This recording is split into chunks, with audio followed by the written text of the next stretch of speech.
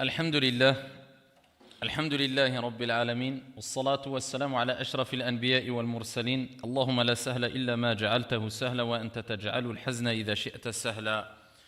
On continue avec la biographie, du moins le résumé de la biographie du prophète Mohammed alayhi salatu wassalam, et on avait rappelé la Ghazwa qui est appelée Ghazwatu Uhud à la fin de lors du dernier cours, et on avait rappelé que ce n'était pas vraiment ou réellement une défaite, sachant que Sahaba radiyallahu anhum wa ardahum avaient pris des leçons de leur acte de désobéissance quelque part, et qu'on ne peut pas dire que c'est une défaite, car dans tous les cas, les compagnons radiyallahu anhum wa ardahum, même quand ils commettaient des erreurs, ils prenaient des leçons et cela était un bien pour eux.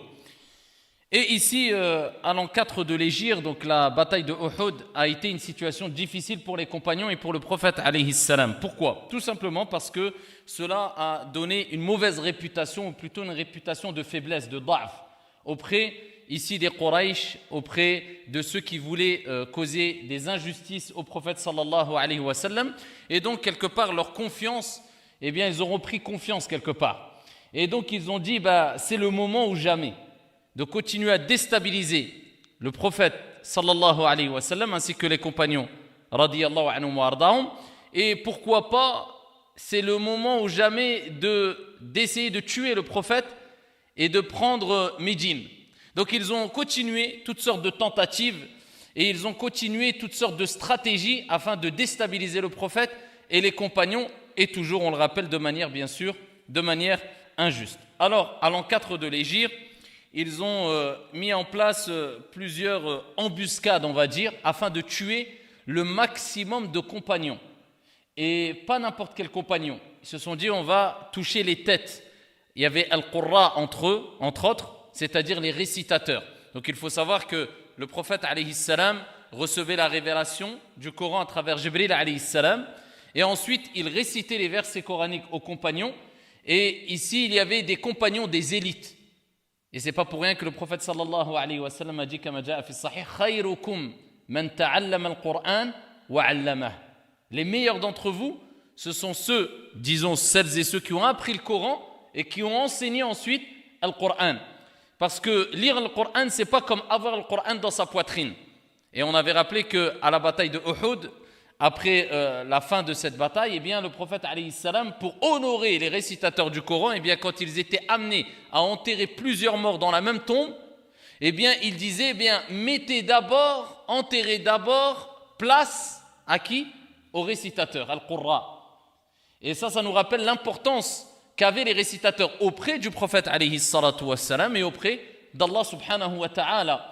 Et donc, ils ont mis en place plusieurs embuscades afin de tuer des compagnons et parmi eux, des récitateurs. Alors, il faut savoir aussi que le prophète alayhi salam cherchait à comprendre aussi les textes des personnes ou de certaines tribus qu'ils avaient entre les mains et qu'ils considéraient comme étant des révélations, et entre autres l'hébreu. Donc, le prophète sallallahu alayhi wa sallam, il y avait toujours ce côté scientifique. Il faut qu'on comprenne les textes qu'utilisent certaines tribus qui vivent avec nous.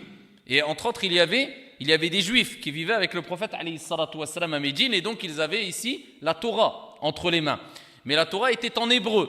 Et le prophète alayhi salatu wassalam, donc il voulait comprendre ici quels sont les textes qu'ils ont entre les mains afin de discuter de la meilleure des manières avec eux et de s'adapter à leur niveau. Et c'est pour ça qu'il est rapporté que cette même année, l'an 4 de l'Hégire, le prophète alayhi salatu wassalam a demandé à Zayd ibn Thabit radiyallahu anhu wa arda ici d'apprendre l'hébreu. Alors c'était un arabophone. Alors imaginez-vous, le prophète alayhi salatu wassalam dit à un compagnon, il faut que tu apprennes l'hébreu. Et il est rapporté qu'il a appris l'hébreu en combien de jours ? 15 jours. Et Ibn Kathir rahimahullah ta'ala a dit que Zayd ibn Thabit, ce compagnon, non seulement il connaissait l'hébreu, il connaissait ici l'éthiopien, le copte et le latin. Alors il connaissait 4 langues et il les maîtrisait. Alors si on entend qu'un compagnon, après la recommandation du prophète alayhi salatu wassalam, a appris l'hébreu en 15 jours, on voit la différence ici de niveau qu'il y avait entre eux et nous qui, quelquefois, on a du mal à apprendre les bases de la langue arabe, ici pour comprendre le Coran al-Karim et la religion qui est l'islam tout au long d'une vie entière. Donc on voit la différence. Eux, une langue qui n'était pas la langue principale chez eux, l'hébreu, mais c'est indispensable afin de comprendre quelque part, avoir la compréhension ici des textes qu'ils avaient entre leurs mains, eh bien 15 jours, 2 semaines. Si maintenant on dit à l'un d'entre nous apprend l'arabe en 2 semaines, donc bien sûr c'est quelque part un don d'Allah subhanahu wa ta'ala, mais ça nous montre aussi l'importance ici que doit avoir le musulman et l'être humain de façon générale, l'importance que doit donner l'être humain aux langues. Parce que les langues, comme on l'a dit, on ne cesse de le répéter, c'est un signe d'Allah subhanahu wa ta'ala. Et c'est ce qui nous permet de se comprendre les uns les autres. Et d'autant plus quand on est musulman et qu'on veut comprendre le Coran al-Karim, il est indispensable d'avoir un minimum, je dis, d'arabe. Alors, bien sûr, des gens se posent la question, est-ce qu'il est indispensable, obligatoire d'apprendre la langue arabe? Sinon, est-ce qu'on peut se considérer toujours comme bon musulman ou pas? Bien sûr que celui qui ne comprend pas l'arabe peut être beaucoup plus pieux et vertueux que quelqu'un qui est arabophone. Ça, faut être clair. Et dans ta tombe, on ne va pas te dire ici de faire al-i'rab, l'analyse grammaticale de la phrase dhahaba Muhammad ila al-bayti ma'a akhihi ila. On ne va pas te demander ça. On va t'interroger sur tes actions, tes œuvres salutaires. Donc quand quelqu'un a atteint un certain âge, 35 ans, 40 ans, etc., et qui sait que l'apprentissage de la langue arabe, je parle de l'arabe approfondi, va lui prendre des années, à telle sorte qu'il va mettre de côté ce qui va lui permettre d'adorer Allah subhanahu wa ta'ala correctement, c'est-à-dire les actes d'adoration, comment apprendre à adorer Allah, à donner zakat, à verser l'aumône, à faire la prière, etc. On va lui dire non. On va dire mais en priorité, l'apprentissage, peu importe la langue, de ta religion, peu importe. D'accord? Maintenant, celui qui peut se donner un programme en parallèle de l'apprentissage des actes d'adoration, et c'est-à-dire, je dis un programme en parallèle de la langue arabe, il doit le faire. Et d'autant plus si les personnes sont jeunes. Si la personne est jeune, qu'il profite. Quand il a 7 ans, 8 ans, 9 ans, 10 ans, 11 ans, 12 ans, 13 ans, 14 ans, 15 ans, car il n'a pas les mêmes responsabilités religieuses que l'adulte. En général, jusqu'à 15 ans, eh bien, il n'est pas encore mukallif. Après, ça dépend. Il peut avoir l'âge de la responsabilité à 12 ans, 13 ans, cela dépend des signes de puberté, ila akhiri. Mais étant jeune, bien sûr, il est beaucoup plus important de se concentrer dans la langue arabe que si tu étais plus âgé. Mais dans tous les cas, il faut avoir une base d'arabe. Parce que quelqu'un qui est investi religieusement pendant 20 ans et il ne sait toujours pas faire une phrase en arabe ou lire un verset coranique en arabe, eh bien, il y a des questions à se poser. C'est un problème. Et je répète encore, ça ne veut pas dire qu'il ne peut pas être plus pieux ici qu'une personne qui est arabophone. Loin de là. Ala kullin, l'encadre de l'égir, ici c'est parmi les choses à noter ce compagnon qui s'appelait, comment on a dit? Zayd ibn Thabit radiyallahu anhu wa arda. Alors, parmi les tentatives de déstabilisation lors de cette année, il y a eu la tragédie qu'on appelle de Ar-Raji'. Alors, c'est quoi cette tragédie-là? Rapportée par l'imam al-Bukhari, rahimahullah ta'ala, il est rapporté que 2 tribus arabes se sont présentées au prophète sallallahu alayhi wa sallam. Et ils ont rusé. Ils ont dit, on a besoin que tu nous apportes des gens chez nous afin qu'ils nous enseignent la religion. Et le prophète alayhi salatu wa sallam, il a laissé partir avec eux 10 compagnons qui étaient parmi les compagnons érudits, savants, qui étaient prédisposés, préparés à transmettre la religion, à faire ad-da'wa. Et qu'est-ce qu'ils ont fait? Ils leur ont fait une embuscade et c'était une ruse de leur part. Ils en ont tué 7 et ils en ont capturé 3. Ils ne se sont pas arrêtés là. Il y a eu une autre tragédie. Et là, je vous résume les tragédies qui se sont passées tout au long de la vie du prophète alayhi salatu wassalam, les problèmes qu'a eu le prophète alayhi salatu wassalam. Je vous résume. Alors, imaginez-vous que dans les détails, c'est encore beaucoup plus intense. Et ça nous rappelle que depuis le jour où le prophète sallallahu alayhi wa sallam a reçu la révélation à l'âge de 40 ans, alors qu'il était dans la grotte et que Jibril alayhi salam est apparu avec Iqra, les premiers versets coraniques, il n'a plus jamais goûté au repos. Et il a toujours eu l'intention de favoriser le bien-être pour sa communauté et les humains de façon générale, car Allah Jalla wa Ala a dit « Wa ma arsalnaka illa rahmatan lil alamin ». Et certes, nous t'avons envoyé qu'en tant que miséricorde, pas que pour les Arabes ou pour l'ensemble des mondes, pour l'humanité. Alors toujours cette même année, imaginez-vous, épreuve par épreuve, alors quand le prophète perdait des compagnons, c'était des dures épreuves, c'était des gens que le prophète aimait, ils n'étaient pas des milliers à l'époque, d'accord? Donc c'était le début, c'est la da'wa commencée, etc. Ou du moins ils n'étaient pas des millions. rapporté par Al-Bukhari ou Muslim, fi Sahihayn, la même année. Amir ibn Malik, radiyallahu anhu warda, c'était un chef de la tribu de Bani Amir. Il est venu voir le prophète sallallahu alayhi wa sallam. Il est venu à Médine et il s'est présenté au prophète alayhi salatu wa sallam et le prophète l'a invité à l'islam. Il était sur le point d'embrasser l'islam. Mais il faut savoir que les Arabes, quand ils donnaient une parole, ils assumaient même s'ils n'étaient pas musulmans. En général, il y avait toujours des gens qui trahissaient les paroles, etc. Mais en général, ils étaient connus énormément pour ça. Quand ils donnaient une parole, ils assumaient. Donc, il y avait quelque part une certaine confiance qui s'était installée entre eux. Alors, il est venu voir le prophète, alayhi salatu wa sallam. Le prophète l'a appelé à l'islam. Il était sur le point d'embrasser l'islam. Et ici, il a discuté avec le prophète, alayhi salam, et il lui a dit, oh Mohammed, si tu as envoyé des gens vers nos tribus, afin de leur enseigner l'islam, afin de leur parler de l'islam pour la da'wa. Alors quand on parle de da'wa, on parle de quoi? D'appel. C'est ça la da'wa. Quand on dit ad-da'watu ila Allah jalla wa ala, c'est l'appel à Allah. C'est qu'on appelle les gens ici à connaître la religion de l'islam. Avec contrainte? Non. La ikraha fid din. Allah jalla wa ala a dit nulle contrainte en religion. On ne peut pas imposer la religion à qui que ce soit. D'accord? Et ici, Allah a montré comment on doit faire da'wa dans le Coran. Ud'u ila sabili rabbika bi al-hikmati wal maw'izati al-hasana wajadilhum billati hiya ahsan. Appelle les gens au sentier de ton Seigneur. De quelle manière? Avec sagesse. Et c'est quoi la sagesse? Comme a dit Ibn al-Qayyim, faire ce qu'il faut, de la manière qu'il faut, au moment qu'il faut. Il y a des moments où il faut parler, il y a des moments où il faut se taire. C'est mieux. Tu vas faire plus de dégâts qu'autre chose. Wal maw'izati al-hasana, la bonne exhortation, il parle avec eux de la meilleure des manières. Donc c'était des prédicateurs. Donc ici le prophète sallallahu alayhi wa sallam avait cette crainte-là qu'il leur arrive un mal parce qu'il y a eu déjà la tragédie de Ar-Raji'.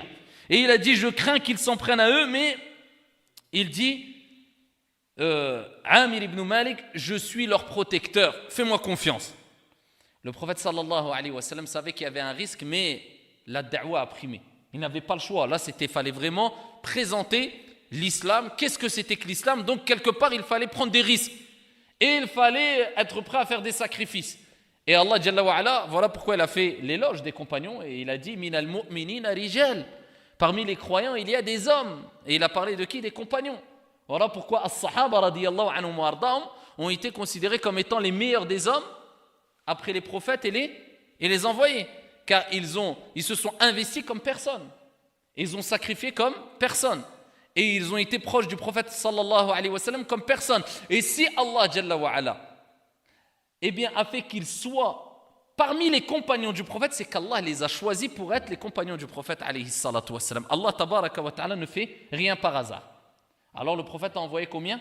70 parmi les compagnons, plus que cela. Il a envoyé 70 parmi les meilleurs récitateurs du Coran.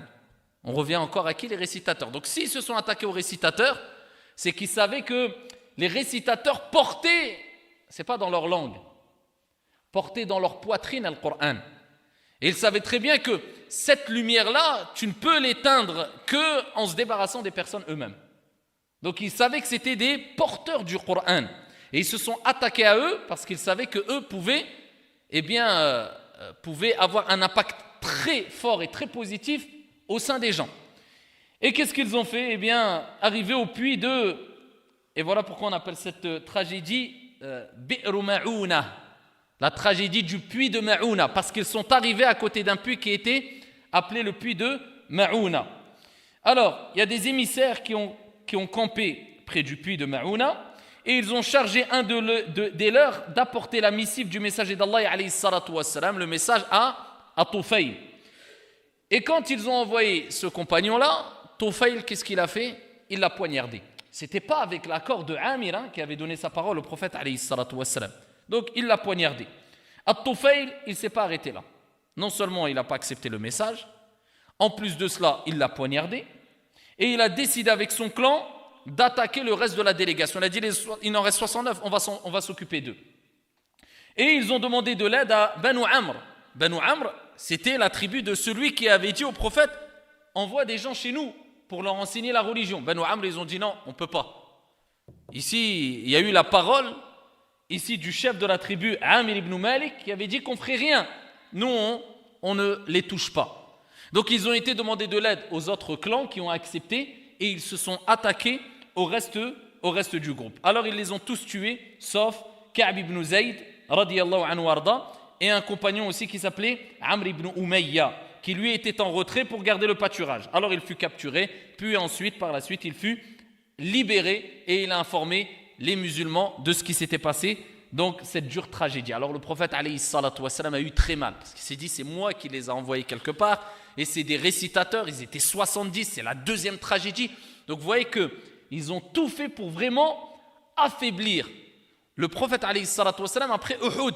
Ils se dit bon, quelque part, bon, ils ont pas perdu la bataille, mais quelque part il y a eu une partie quelque part une défaite quelque part pour eux. Donc ils se sont dit c'est maintenant où il faut continuer à les affaiblir. Donc première tragédie, deuxième tragédie, et là le prophète sallallahu alayhi wa sallam a levé les mains et il a fait ad-du'a. Quel du'a? On appelle la du'a de al-qunut. Pendant un mois. C'est quoi du'a al-qunut? Du'a al-qunut, c'est l'invocation que faisait le prophète sallallahu alayhi wa sallam inda al-nawazil. C'est quoi le nawazil? C'est quand il se passait des situations très difficiles pour les musulmans. Quand des musulmans étaient attaqués, étaient persécutés, étaient opprimés, il y avait des situations très dures à vivre. Eh bien, le prophète sallallahu alayhi wa sallam, pendant la prière, il levait les mains et il faisait l'invocation de al-qunut. Alors, du'a al-qunut, les savants divergent sur cette invocation-là. Certains disent qu'on l'a fait que quand il se passe une situation délicate dans la communauté. Par exemple, un groupe de musulmans vit la pauvreté, vit des problèmes très difficiles. Ben là, l'imam, il lui est demandé de faire du'a al-qunut. Et d'autres disent non, on l'a fait tout le temps et particulièrement salat al-subh. Et ça, c'est dans l'école de l'imam Malik, rahimahullah ta'ala, et dans l'école de l'imam al-Shafi'i. Ils disent qu'après pendant salat al-subh, eh bien, lors de la dernière unité de prière, avant de faire al-ruku', quand on a fini la récitation du Coran, on lève les mains et on fait du'a. Alors il y a des du'a spécifiques où tu peux faire du'a de façon générale. Et dans le madhab de l'imam Shafi'i, c'est après le ruku'. Tu dis Sami Allahu liman hamida après salat al-subh et tu lèves tes mains et tu fais du'a. Alors dans l'école de l'imam Malik et l'imam Shafi'i, ils disent que tu l'as fait tout le temps, toute ta vie, c'est une sunnah. C'est recommandé de la faire. Et ils ont répondu à ceux qui disent qu'on doit la faire que quand il y a une situation difficile chez les musulmans, etc. Ils disent, si on prend juste votre théorie là ou votre analyse de la chose, eh bien on dit, à quel moment il n'arrive pas une situation difficile à des musulmans dans les quatre coins du monde? Surtout maintenant avec les informations qui sont relayées très facilement. On sait très bien que dans les quatre coins du monde, soit des musulmans vivent la misère, soit la famine, soit une partie des musulmans peuvent vivre des situations difficiles, de guerre, etc. Donc dans tous les cas, juste ça prouve qu'on doit faire toujours du'a al-qunut. Et au-delà de cela, il est rapporté qu'Abu Bakr, Omar, Uthman, Ali, fi sahih, comme l'a rapporté al-Bayhaqi et d'autres, ala kulli han, ils ont beaucoup de preuves, ça c'est des sujets de jurisprudence.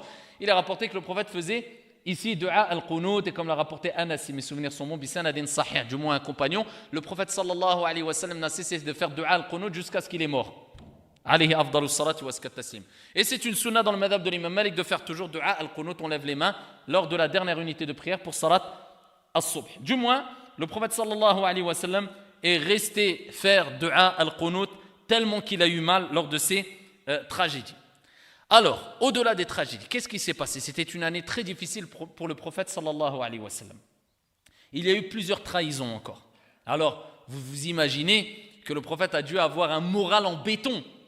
Parce que vivre toutes ces situations difficiles, nous on les raconte tranquillement. Mais imaginez-vous, vous les vivez ces situations difficiles. Et regardez tout ce que le prophète a subi et a enduré et a patienté ici parce qu'il fallait qu'il le fasse car il portait une lourde responsabilité sur le dos et pour que nous aujourd'hui en 2018 on soit tranquillement, à l'aise, en sécurité, en train de parler de la vie du prophète, prendre des leçons et pouvoir adorer Allah tabaraka wa ta'ala sereinement. On doit énormément au prophète alayhi salatu wassalam. Et c'est pour ça que la moindre des choses, c'est de prier de jour comme de nuit sur le prophète Mohammed alayhi salatu wassalam en disant Allahumma salli wa sallim ala Muhammad.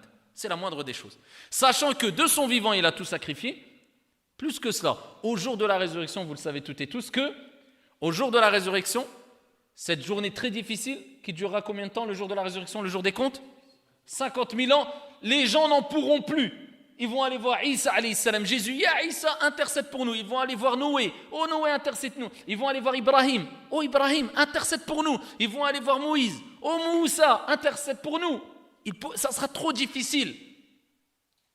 Et tout le monde dira Nafsi, nafsi, nafsi, moi, moi, moi. Les prophètes Moïse, Jésus, tout le monde dira moi, moi. C'est trop difficile là, c'est le jour de la résurrection. Nafsi, nafsi, nafsi. Et jusqu'à ce que Jésus dira Idhabu ila ghayri, idhabu ila Muhammad, sallallahu alayhi wa sallam. Allez voir autre que moi, allez voir le prophète Mohammed. Il n'y a que lui qui peut vous aider.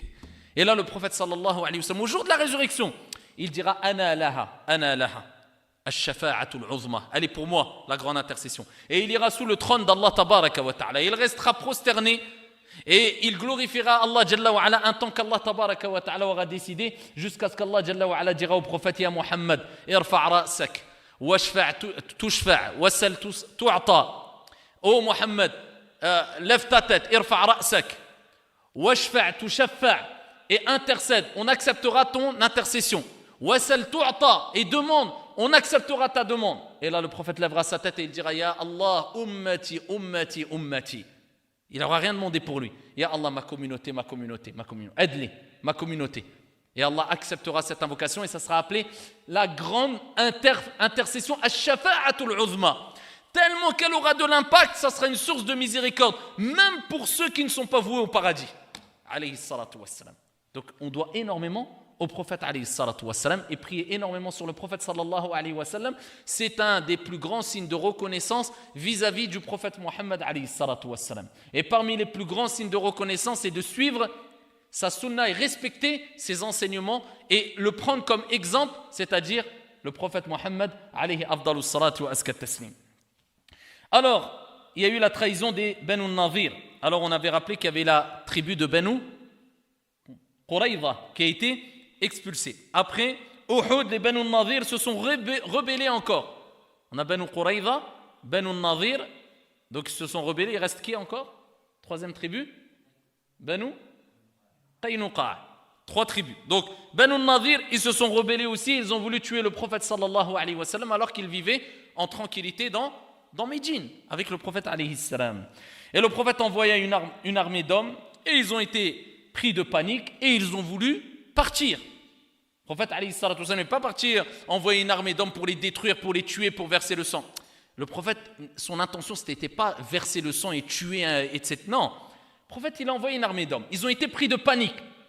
Et qu'est-ce qu'ils ont fait? Eh bien, ils ont décidé ils ont voulu partir. Et Ubay ibn Saloul, Abdullah ibn Ubay ibn Saloul, c'était qui? Abdullah ibn Ubay ibn Saloul, le chef des munafiqin, le chef des hypocrites.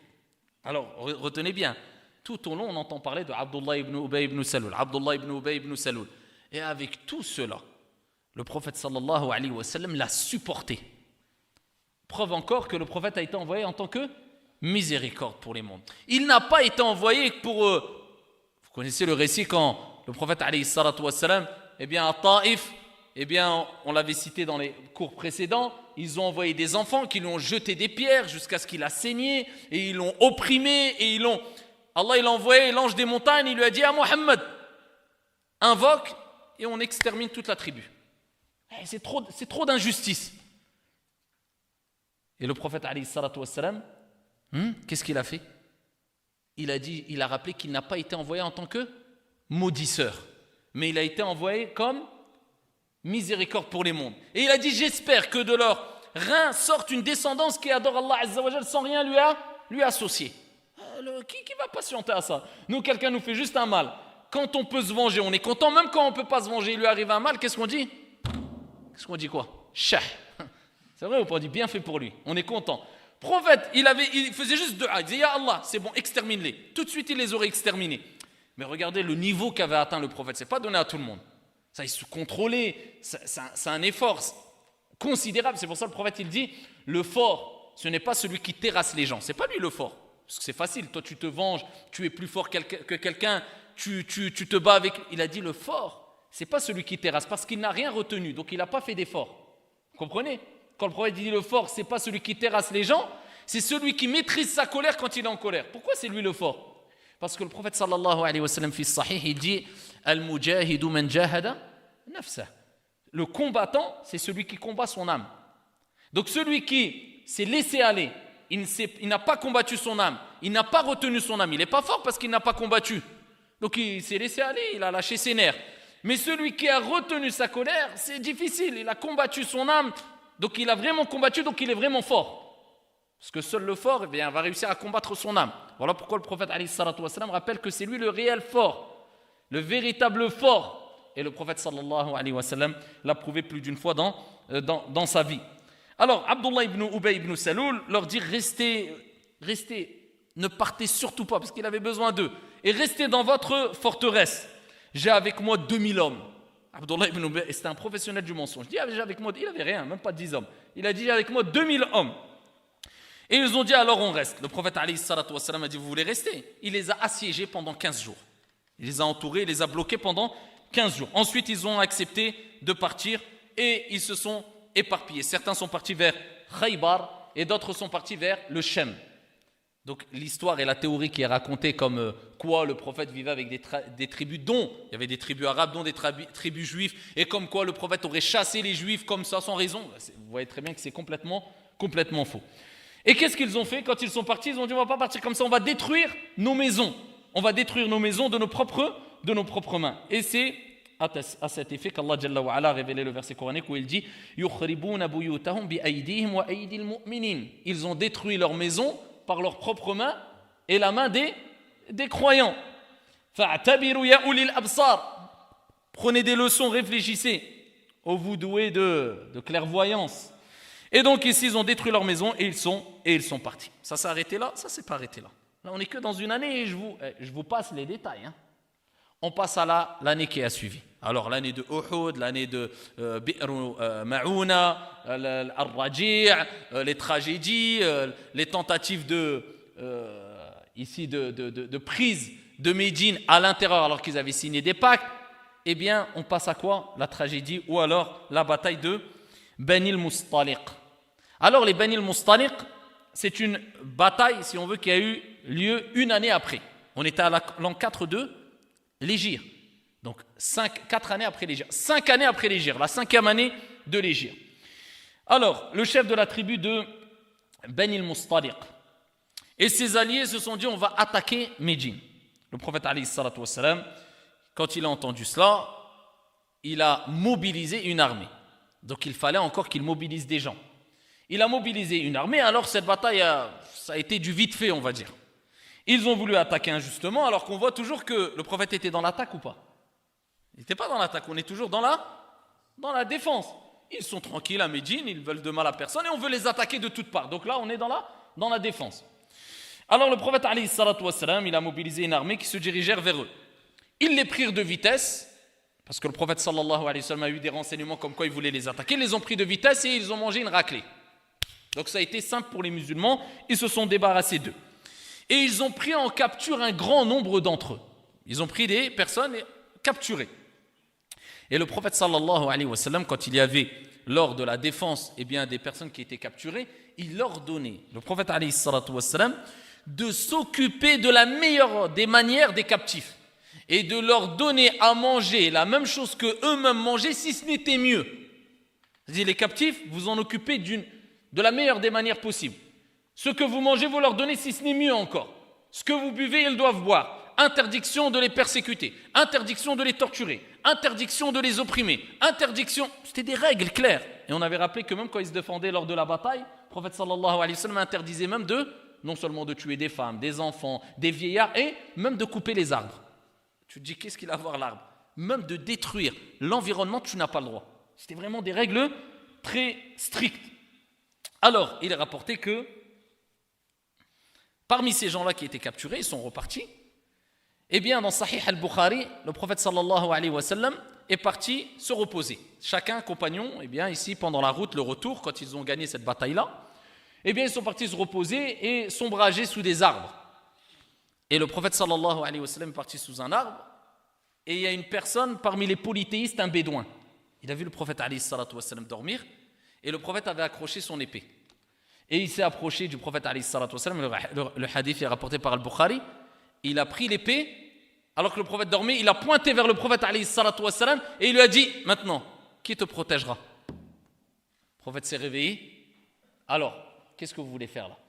Qu'est-ce qui peut sauver la personne dans cette situation, si ce n'est la pleine, c'est pas façon de parler, hein, la pleine confiance en Allah Azza wa Jal, la pleine certitude en Allah subhanahu wa ta'ala et la compréhension qu'Allah subhanahu wa ta'ala huwa an-nasir, c'est lui qui secourt.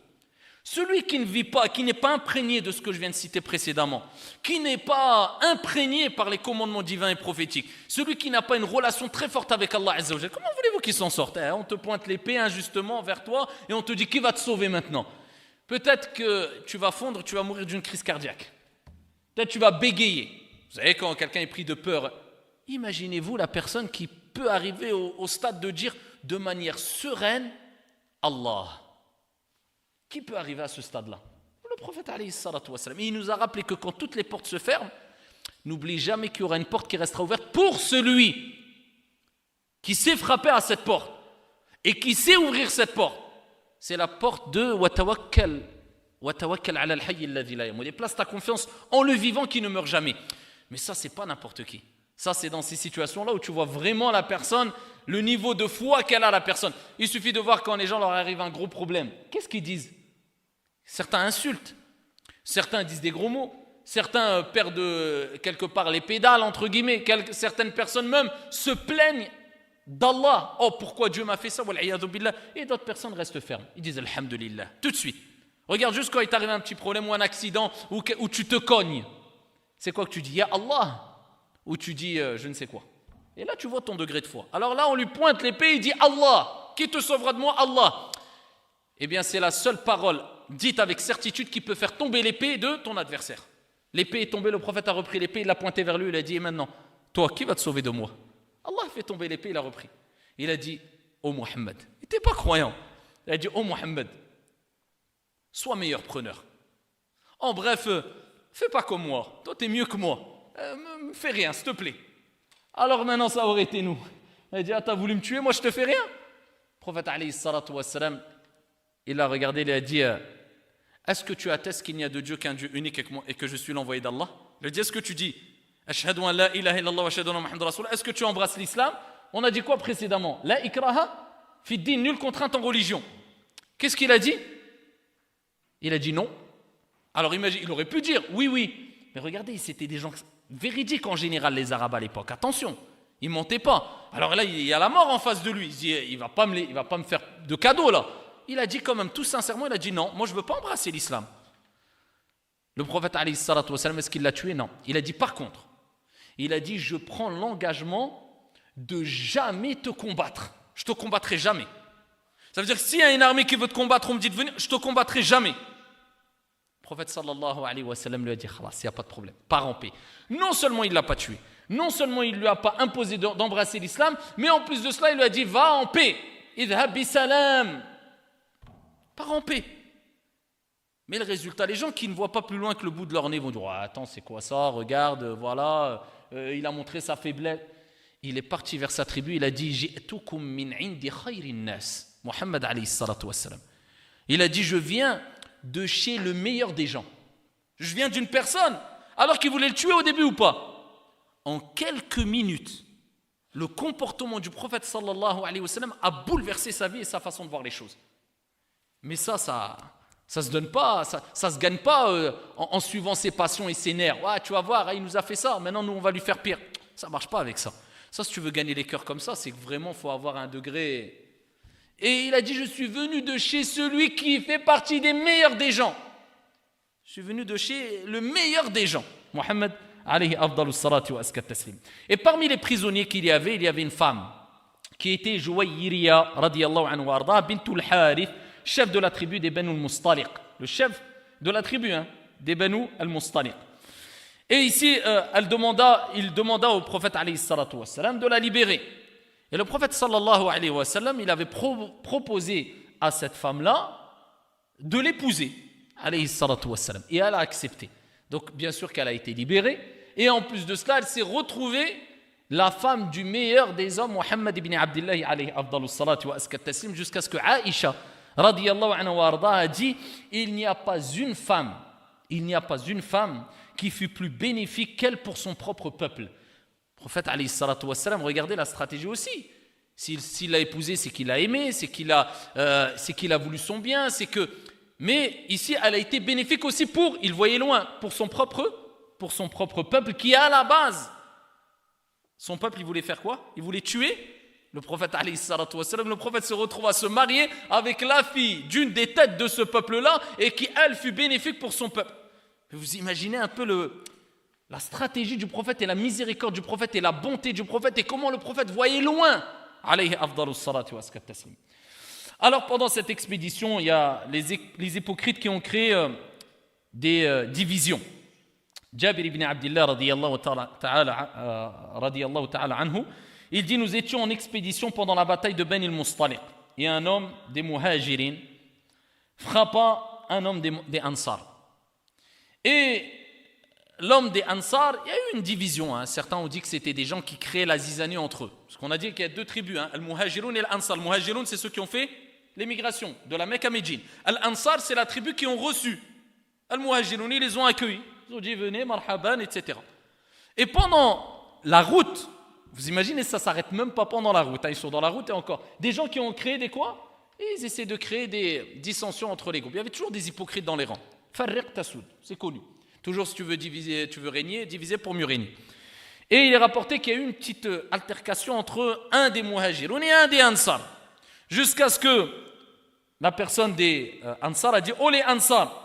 Et les autres, quelqu'un des Muhajiroun, ils ont dit « Oh les Muhajirin !» Ils ont appelé leur tribu. Entre guillemets, on va se taper dessus. Alors que c'était des musulmans ou pas? C'était des musulmans. Et quelquefois, ça nous rappelle que ça peut partir de rien. Bien que c'est ton frère, c'est ta sœur en Allah, c'est ton frère, une petite brèche. Et pourquoi? Parce que le shaitan, ce qu'il aime, c'est quoi? C'est créer la discorde et la zizanie entre les Arabes. Et le prophète sallallahu alayhi wa sallam, quand il a entendu ça, il est sorti et il a dit: n'usez pas de tels propos car ce sont des vilaines paroles. Qu'est-ce qu'il a critiqué le prophète sallallahu alayhi wa sallam ici? C'est quoi qu'il a critiqué? C'est la dispute? Ou c'est quoi? Les appellations. Il a dit: n'utilisez pas de tels propos car ce sont des vilaines paroles, parce qu'il savait que ces appellations, ça allait les pousser quelque part à l'esprit tribal, sectaire, se renfermer sur eux-mêmes, et ça, c'est rajouter de l'huile sur le feu. Le prophète, il a toujours détesté les appellations, sachant que Allah tabaraka wa ta'ala a parlé dans le Coran. C'est des appellations qui sont citées dans le Coran, Al-Muhajirun wal-Ansar. Avec cela, il dit: n'utilisez pas de tels propos car ce sont des vilaines paroles. Qu'aurait dit le prophète sallallahu alayhi wa sallam s'il aurait vu aujourd'hui tous les groupes musulmans qui n'ont rien à voir avec la piété des compagnons radiyallahu anhum wa ardahum, qui ne comprennent même pas quelquefois les mots qu'ils utilisent, et qui un dit moi je suis salafi, l'autre je suis tabliri, l'autre je suis ikhwani, l'autre je suis... Et ils utilisent des termes qui ont des origines dans l'islam et qui ne sont pas cités dans le Coran et qui n'ont pas été demandés d'être utilisés. Nous sommes huwa sammakumul muslimina min qabl. C'est lui qui vous a donné l'appellation de musulman. Donc toi, t'es quoi? T'es musulman. Quelqu'un va dire: ah oui, mais vous dites vous suivez telle école et telle école. Il y a une différence entre suivre une école de droit pour comprendre les textes et se dire: moi, je suis tel groupe. Ah, t'es rien comme groupe. Toi, t'es musulman, ni plus ni moins. Normalement, c'est cela. Avec une compréhension du juste milieu, en suivant ici les savants et les plus grands des savants qui ont vécu dans les 3 premiers siècles, et à leur tête, Abu Hanifa, Malik, Shafi'i, Ahmad. C'est une école de droit, c'est une méthodologie que tu suis. Ce n'est pas un groupe sectaire que tu suis. Ça n'a rien à voir. Et donc ici, Abdullah ibn Ubay ibn Saloul, il dit: les Muhajiroun, ils ont répondu ou pas? Il allait voir les Ansar. Ils ont dit: les Ansar, ils ont répondu ou pas? Depuis le début, Abdullah ibn Ubay ibn Saloul, il voulait créer la guerre entre tout le monde. Depuis le début. Regardez, le prophète le supporte toujours. Jusqu'où vous allez voir. C'est pour ça que quand on ose dire, le prophète sallallahu alayhi wa sallam, c'était quelqu'un qui voulait verser le sang. Allah, si vous méditez juste quelques passages de la vie du prophète, mais en profondeur, vous vous dites: mais quel degré il avait atteint. Alors écoutez bien, Abdullah ibn Ubay ibn Saloul, il va monter la tête au Muhajiroun, au Ansar, et ici, il dit, Abdullah ibn Ubay ibn Saloul: par Allah, si nous retournons à Médine, le plus puissant fera sortir le plus faible, c'est-à-dire fera sortir le prophète Mohammed alayhi salatu wassalam. Il dit ça devant tout le monde. Il dit: vous savez quoi? Quand on va retourner à Médine, il a vu que ça n'a pas marché. Les plus puissants d'entre nous, ils feront sortir le plus faible. Il traite qui de faible là? Le prophète alayhi salatu wassalam. Alors Omar ibn al-Khattab radiyallahu anhu warda, là il n'en pouvait plus. Omar c'est quelqu'un de très fort et autre.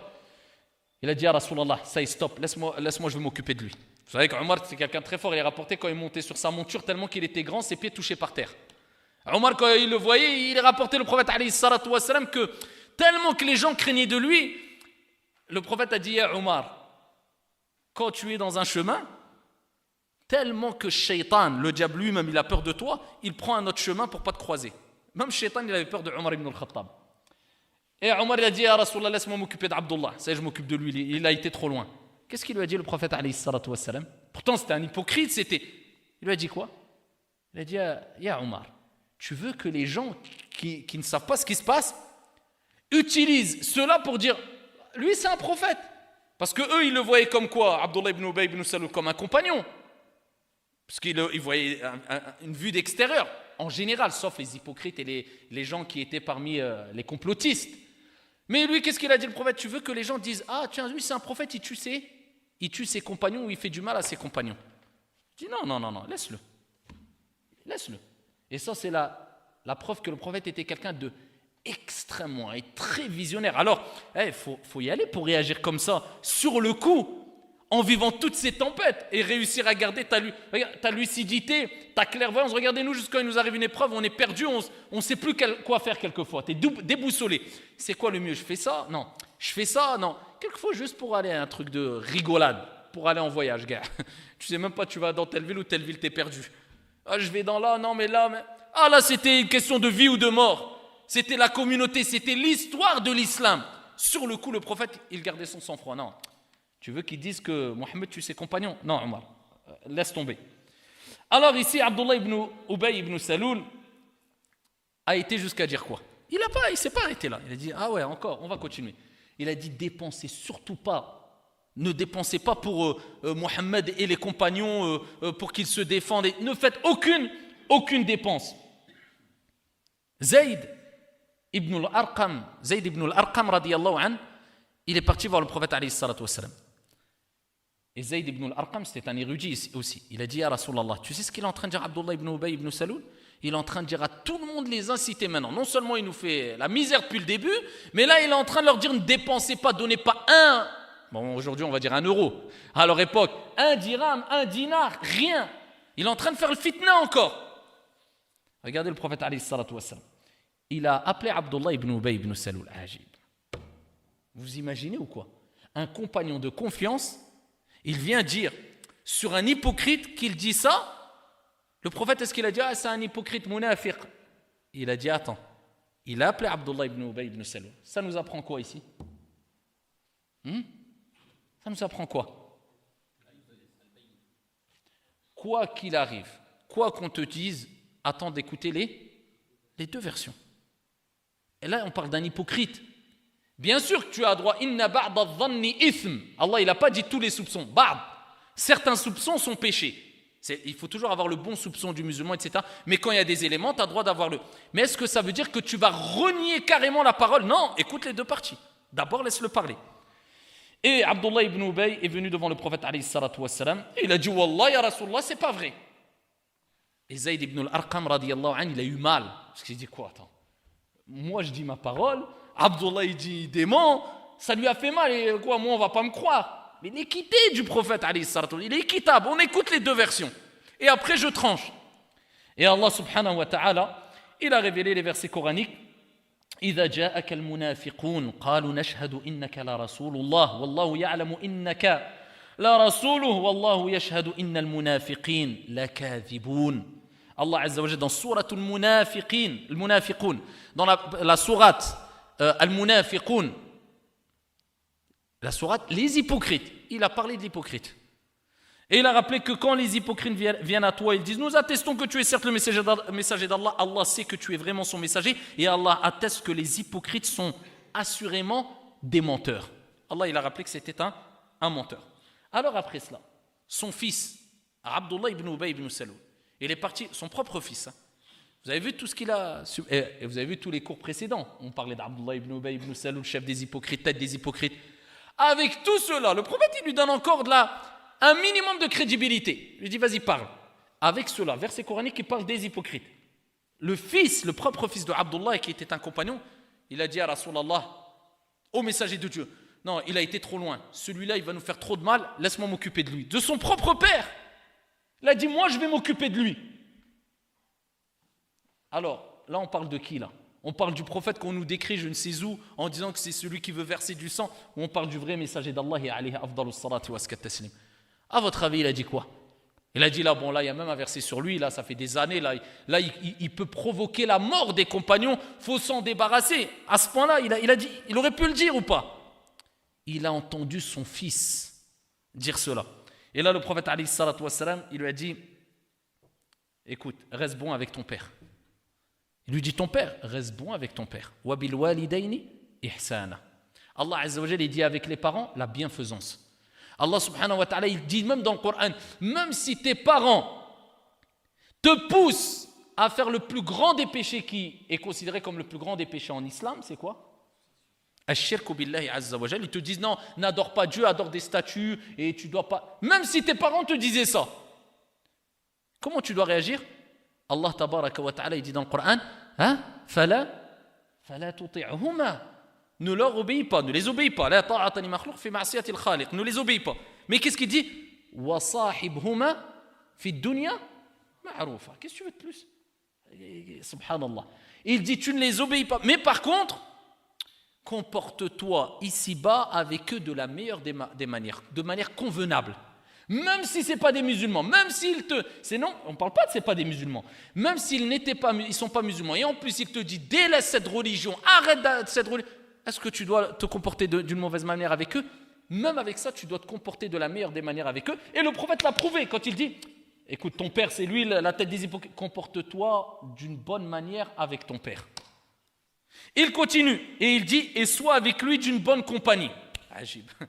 Il lui dit, sois bien avec lui, en plus, sois une bonne compagnie avec lui. Quand tu es avec lui, sois une bonne compagnie. Que dire si tes parents sont des musulmans? Que dire si tes parents disent La ilaha illallah Muhammadur Rasulullah? C'est pour ça qu'on comprend que la pire des choses que puisse faire le musulman, après le shirk billahi azza wa jal, c'est de mettre en colère ses parents ou la désobéissance envers les parents. C'est le plus grand des péchés. Et le prophète, alayhi salatu wassalam, il dit, fi sahih, parmi les trois catégories de personnes dont Allah tabaraka wa ta'ala n'acceptera ni acte obligatoire ni acte surérogatoire, parmi les trois personnes, il y a qui?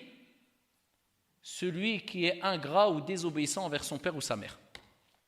Allah, il accepte de lui ni acte obligatoire ni acte surérogatoire. Et la meilleure des actions par lequel tu peux te rapprocher d'Allah tabaraka wa ta'ala, birrul walidayn. Birrul walidayn, il n'y a pas mieux. Tu as fait quelque chose de grave, tu veux te rapprocher d'Allah Azza wa Jal pour te faire va embrasser ta mère sur la tête ou ton père. C'est la meilleure des actions ici par laquelle tu peux te rapprocher d'Allah tabaraka wa ta'ala, comme l'a dit Ibn Abbas et d'autres. Donc ici il lui a dit cela, et après bon, les associateurs ils ont tout essayé. Ils ont tout essayé. Hein. Ils ont pris Bilal, ils l'ont torturé dehors, ils l'ont mis sous le soleil, ils les ont torturés, ils ont tué Soumayya radiyallahu anha devant son enfant, et ils ont essayé de les combattre, ils les ont boycottés. Et là, on parle de quoi? Ils sont sortis de 10 ans d'épreuve à la Mecque. Hein. C'est pas 10 minutes, on abandonne tout presque, on a plus rien. 10 ans, ils ont patienté. Les gens, quand tu leur dis aux gens, il faut patienter, vous savez que dire ça. 10 ans, ibadallah. À Badr, le prophète il levait les mains, il faisait dua. Les gens, tu dis il faut faire dua, vous toujours avec dua. 10 ans, et là on est dans la 5e, on est dans combien d'années là? 15 ans, 15 années. Ils ont fait quoi? Ils ne sont pas arrêtés là. Ils se sont dit ça ne marche pas. On va passer à la bataille de quoi? À la guerre de quoi? À la guerre psychologique. Les rumeurs. Ils se sont dit on va rentrer dans les rumeurs. Et on va essayer de lui faire énormément mal au prophète alayhi salatu wassalam. Mais toujours avec qui? Avec des hypocrites. Alors, voilà que s'est passée la fameuse histoire qui est Hadithatul Ifk. C'est quoi le récit, l'événement de la rumeur, la grande rumeur? C'était quoi la grande rumeur?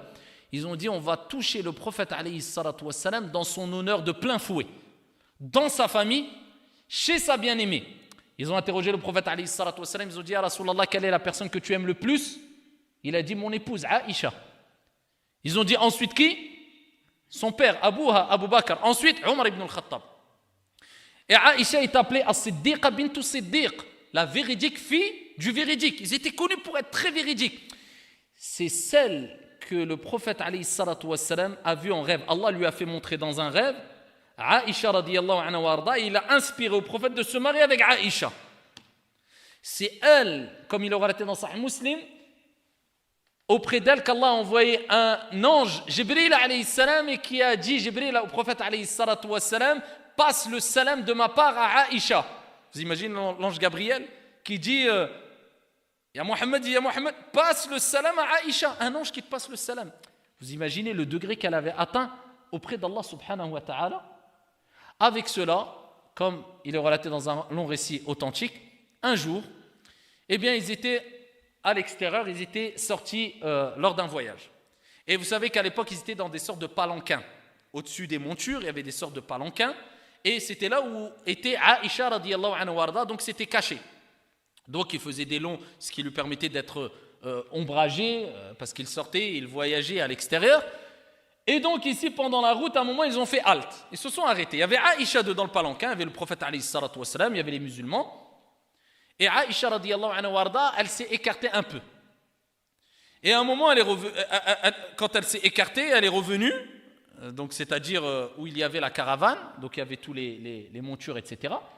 Et elle a attendu le départ, et par contre, elle s'est aperçue qu'elle avait perdu quoi? Son collier. Donc elle cherche comme ça son collier, elle dit j'ai perdu mon collier. Elle repart à la recherche de son collier. Quand elle est repartie, eux pensaient que Aïcha, elle était où? Elle était sur la monture, dans le palanquin. Et Aïcha radiyallahu anha warda, il est rapporté qu'elle était fine et légère. Donc eux, ici, ils ont pris le palanquin et toute la caravane a repris chemin. Et ils sont partis. Ils ont oublié Aïcha. Ils ne sont pas aperçus qu'elle était partie. Aïcha est revenue et ici, elle a commencé à être prise de panique. Elle s'est dit, qu'est-ce que je vais faire? Elle a essayé de suivre les traces. Elle a vu qu'elle ne pouvait pas les rattraper. Il commençait à faire nuit. Elle s'est dit, ce que je vais faire, je vais retourner dans l'endroit où ici, on a fait halte. Comme ça, peut-être, ils reviendront me prendre. Elle est repartie à cet endroit-là et elle s'est assise et elle s'est assoupie, elle s'est endormie. Jusqu'à ce qu'il y ait un compagnon, radiyallahu anhu arda, qui était Safwan, un compagnon pieux et vertueux, qui était lui resté en arrière. Il était resté en arrière du groupe. Et quand il est resté en arrière, donc ce qui a fait qu'il a rejoint Aïcha bien plus tard. Il a vu une silhouette allongée, il s'est approché et il s'est rendu compte que c'était l'épouse du prophète alayhi salatu wassalam. Et il a dit Inna lillahi wa inna ilayhi raji'un. C'est ce qu'on dit quand il arrive une musiba, un problème, un malheur, une épreuve. Il dit qu'est-ce qui s'est passé? Aïcha elle a rappelé le comportement qu'avait Safwan. Donc ici, Safwan, il a mis sur la monture Aïcha et il a raccompagné Aïcha jusque, pour rejoindre le prophète alayhi salatu wassalam et les compagnons. Aïcha a dit Safwan ne m'a pas une seule fois adressé la parole, par respect qu'il avait par rapport à moi. C'était la femme du prophète alayhi salatu wassalam. Donc lui, il l'a mis par respect, par pudeur. Il a suivi le chemin avec Aïcha pour rappeler ici que c'est pas possible qu'il y ait une relation entre eux. Même la parole, il ne m'a pas adressé par respect. Il avait honte, il avait ce comportement timide, respectueux. Et voilà, donc quand elle est arrivée à bon port, les rumeurs encore, se sont lâchées par des hypocrites. Et qu'est-ce qu'ils ont dit? Aïcha a trompé le prophète alayhi salatu wassalam et a eu une relation avec Safwan. Vous imaginez? Ils ont traité l'épouse du prophète alayhi salatu wassalam comme étant une femme qui a trompé son mari, vous imaginez? Et qui a eu une relation avec Safwan. Aïcha était malade. Elle était malade pendant une longue période. Donc toutes ces rumeurs, elle ne les a pas entendues. Et un jour, elle est sortie avec une femme. Et ici, une femme l'a mis au courant. Je vous résume l'histoire. Elle lui a dit, tu sais, qu'est-ce qui se dit sur toi? Elle dit quoi? Alors qu'elle était encore malade, Aïcha. Elle dit, il est dit comme quoi, certains disent comme quoi tu aurais eu des relations avec Safwan. Et là, Aïcha, elle est tombée encore plus malade. Elle a dit, j'ai jamais été malade autant que là. Et j'ai jamais pleuré autant que lors de cette histoire-là. Elle a eu énormément mal. Et Aïcha, quand elle a entendu ça, elle a demandé l'autorisation au prophète d'aller chez ses parents. Elle a dit, est-ce que je peux aller chez mes parents? Le prophète alayhi salatu wassalam a accepté. Et quand elle est partie chez ses parents, elle leur a raconté. Et elle leur a dit qu'elle a eu très mal. Et ses parents, sa mère et son père, ils ont attesté de cela. Oui, nous aussi, on a entendu ces rumeurs. Et là, le prophète alayhi salatu wassalam est intervenu. Et Aïcha, elle s'est tournée vers le prophète alayhi salatu wassalam quand le prophète lui a dit une chose. Qu'est-ce qu'il lui a dit le prophète sallallahu alayhi wa sallam? Il lui a dit à Aïcha, si tu n'as pas commis ça, Allah il va t'innocenter. Si c'est vrai que tu n'as pas fait ça, Allah tabaraka wa ta'ala il va révéler un verset coranique, il va montrer, prouver que tu n'as pas fait cela. Si par contre c'est vrai, si tu as fait ça, eh bien repens-toi et sache qu'Allah pardonne les péchés de ceux qui se repentent. Alors là on prend deux leçons.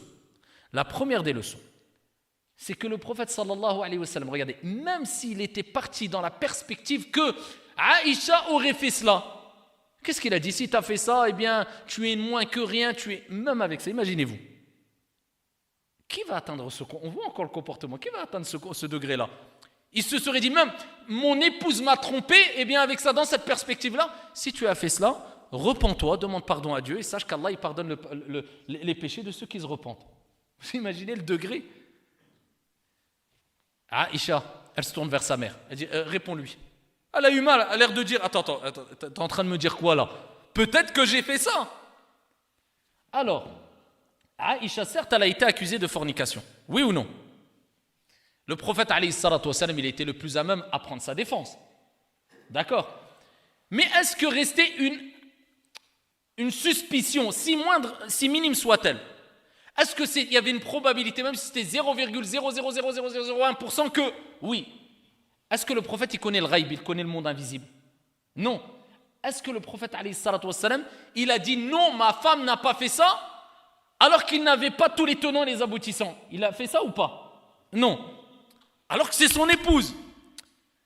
Alors, la preuve que dans ces situations-là, tu peux avoir la bonne opinion d'une personne, tu peux te faire ton opinion, mais t'exprimer en affirmant une chose, est-ce que tu as le droit? Ça a beau être n'importe qui, il est mieux que Aïcha.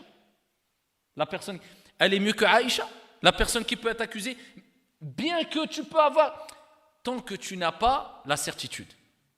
Alors, bien sûr que prendre la défense de Aïcha, c'est toujours mieux, parce que à côté, tu as des rumeurs, et on sait très bien que les rumeurs, et en général de qui ça vient, mais à côté, et de l'autre côté, tu as Aïcha, une femme pieuse, vertueuse, etc. Bien sûr que le mieux est de avoir le bon soupçon. Mais le prophète, il a dit, j'attends, Allah va t'innocenter. Et là, Aïcha dit à sa mère, réponds-lui. Sa mère, elle dit, je vais dire quoi? Elle dit à son père, réponds. Son père, il dit, tu veux que je dise quoi de plus? Et là, Aïcha radiyallahu anha wa ardaha, elle a dit, je dirais que comme, ou je dirais ce qu'a dit Yaqub alayhi salam. Yaqub, c'est le père de qui? De Youssouf alayhi salam. Quand on a fait le coup à Yaqub alayhi salam et qu'on a dit son fils, il a été dévoré par des loups et on a menti, on a dit son fils est mort et c'était par ses propres enfants. Qu'est-ce qu'il a dit? Fasabarun jamil, quelle belle patience. Wallahu al-musta'an ala ma tasifun. Et c'est à Allah qu'il faut appeler au secours contre ce que vous racontez. La preuve qu'il est bon de dire Wallahu al-musta'an. C'est-à-dire là, tu dis je cherche secours auprès d'Allah. C'est je m'en remets qu'à Allah. Hasbi Allah wa ni'mal wakil. Et là, elle s'en est remis à qui? À Allah subhanahu wa ta'ala. Et là, Aïcha radiyallahu anha warda, elle a eu énormément mal. Et elle a patienté, elle s'en est remis à Allah azza wa jal, jusqu'à ce qu'Allah subhanahu wa ta'ala a révélé dans Surat An-Nur l'innocence de Aïcha. Et il a révélé les versets coraniques où il a innocenté Aïcha radiyallahu anha warda et qu'il a rappelé que ceux qui ont dit ça auront un dur châtiment. Et là, la mère de Aïcha, quand elle a eu cette nouvelle, quand le prophète est sorti, il a dit ya Aïcha, remercie ton Seigneur, Allah t'a innocenté. Regardez, et Allah azza wa jalla, il dit vous pensez que c'est un mal, c'est un bien. Vous imaginez que Aïcha a été la cause et a eu l'honneur que des versets coraniques, la meilleure des paroles, la parole d'Allah azza wa jalla, la concernant, soit récités, et cela jusqu'à la fin des temps dans le meilleur des livres sur la surface de la terre. Pour l'innocenter, donc c'est Dieu qui a pris sa défense. Imaginez-vous quelqu'un de grand, un roi, vient et prend votre défense. Vous allez dire, c'est un tel qui m'a défendu, vous êtes content ou pas? C'est Allah, le créateur des cieux et de la terre, qui a pris la défense de Aïcha et tout le monde va réciter et lire ces versets jusqu'à la fin des temps. Radiyallahu anha wa ardaha. Et Allah azza wa jalla a rappelé que c'était des menteurs. Et Aïcha, quand elle a entendu ça, elle a été contente, mais elle a eu mal quand même tout ce qu'elle a vécu. Et sa mère, elle a dit, va vers le prophète, alayhi salatu wassalam. Et là, Aïcha, elle a dit non, je loue Allah azza wa jalla. parce qu'elle a eu mal. Quand le prophète alayhi salatu wassalam a dit, écoute, Aïcha, peut-être si tu as fait, elle a dit, je me remets et je remercie qu'Allah subhanahu wa ta'ala. Radiyallahu anha wa ardaha. Et ça ne s'est pas arrêté ici. Ça ne s'est pas arrêté là. Alors vous imaginez la guerre psychologique, comment c'est dur. Ça veut dire que quand on t'attaque physiquement, là on t'attaque aussi psychologiquement, on te touche dans ta famille. Il faut garder le sang-froid et continuer à être qui? Un chef. Le responsable, parce que si le responsable du groupe, le prophète lui-même, est entre guillemets, il fléchit, qu'est-ce qui reste? Ça y est, les gens ils vont dire, si lui il lâche, c'est pas nous qui allons tenir. C'est pour ça qu'à la bataille de Uhud, vous avez vu, quand ils ont lancé la rumeur, ils ont dit, Mohammed est mort. Il y en a plein, qu'est-ce qu'ils ont fait? Ils sont partis, ils ont dit, Mohammed est mort, ça y est. Et après, quand ils ont dit, non, Mohammed est là, et il y a les anges qui sont avec nous. Donc on sait très bien que la personne qui est à la tête doit vraiment être fort, et c'est pas du tout facile.